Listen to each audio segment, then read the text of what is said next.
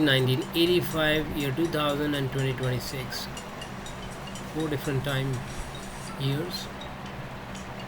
The blood pressure, normal blood pressure range was 160 to 95, 140, then it changed to 140 to 90, then it changed to 120 to 80, then it changed to 110 to 70. Normal cholesterol 250 in the year 2007, 1970, then 1985 it's 240, and then 230 in the year 2000, and after 26 years now, 2026 it's 200. Now Kyle Cordinal, name of the person who put this post, 14 hours before today, the 24th of July, she says, just these two simple moves alone makes billions and convince millions they are sick.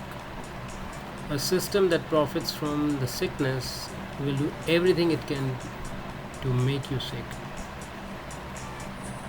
अगर आप इसको देखें तो कुल मिला के sickness की definition change हो रही है. एक आम आदमी को पता ही नहीं है कि उसका BP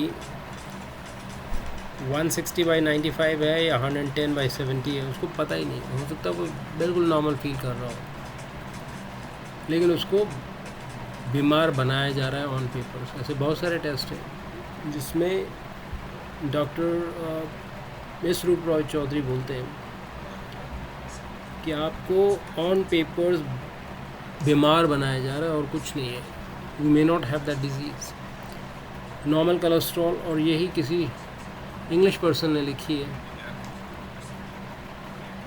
from British Columbia, lives in Sorrento, United States. वही चीज़ उन्होंने लिखी है.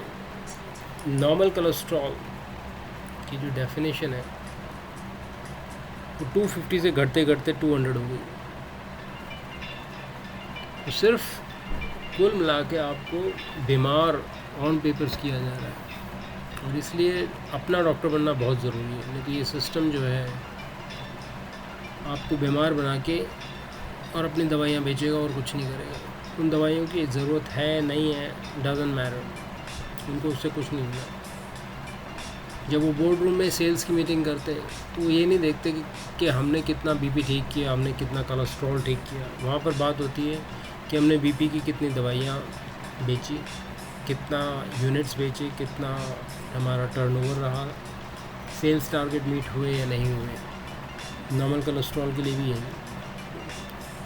सो we are a kind of a product. हम उनके लिए कस्टमर हैं, पेशेंट नहीं हैं. ये दवाई बनाने वाली कंपनियां हैं. सो